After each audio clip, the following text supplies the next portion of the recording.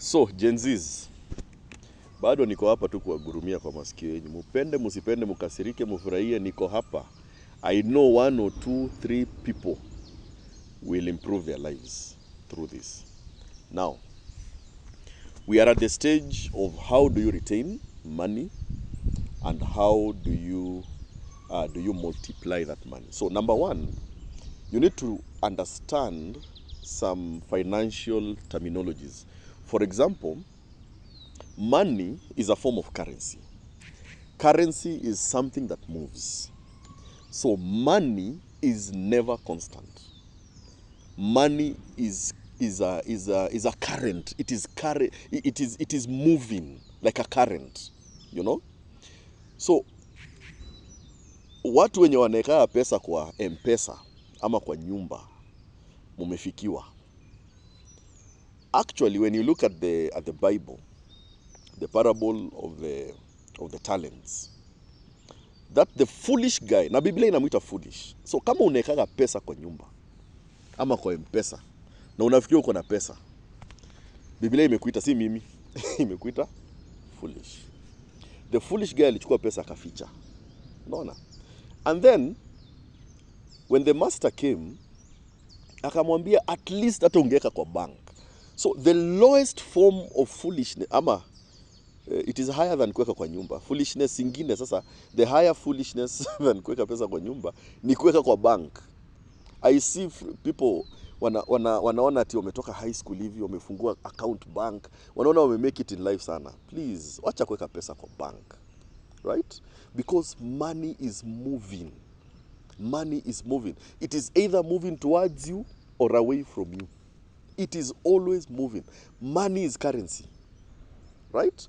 So ukiweka pesa kwa nyumba, unaweza niuliza ina move aje na umeweka kwa nyumba na unaiona hai move. There is something that we call inflation. Inflation is how money loses value per year in a country. So for example, kama mkate ilikuwa 50 bob last year, and within that year tumekuwa na inflation ya 10%. Wacha niweke figure yenye ni rahisi kucalculate na Gen Z wenye wamezoea calculator. Now, kama tuseme kulikuwa na inflation ya 10%. Hii mkate kama ulikuwa unanunua 50 bob last year, it means that with 50 bob this year, after 1 year, you will not be able to buy that bread. You will only be able to buy it at 55 bob. No, 10% of 50 shillings. So it means that your 50 bob yako yenye ulikuwa umeweka from last year to this year, it may lose value na 5 shillings. Because you need to add 5 bob for you to be able to get the same bread. So understand how money works. Money is a currency. It moves throughout. So number one, for you to be able to retain money, you must put it in a place where it will add itself value higher than the inflation. That is the best way of retaining money. And of course, multiplication of money. Now, the first place that I usually advise Gen Zs to start from is what we call SACCOs. What are the advantages of SACCOs? SACCOs have an interest on whatever money that you have put inside there. And the interest is usually high, what we call dividends. It is usually higher than the inflation. So your money is not losing value, you see? So the moment you put your money there, it is not losing value. Number two, it is protected by the government. In case that SACCO falls, the government and the regulatory body of the government,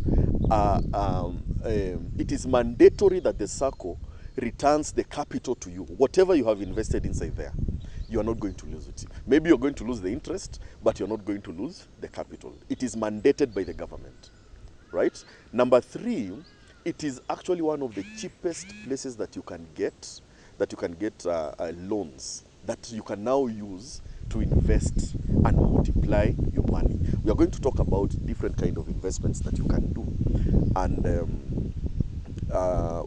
especially after you have saved well enough in a SACCO. After you have saved well enough in a SACCO, you will have the ability to take a loan from the SACCO. Now, One thing that I love about loans from the SACCO is that, number one, they are not very strict, right? They're not very strict. They give you a loan that you can easily pay. The interest rate is always the best. eh? Banks usually have very high interest rates, and they are very strict on their loans. They need securities, but in a SACCO, they don't need any security. The security is your signatories and whatever you have saved.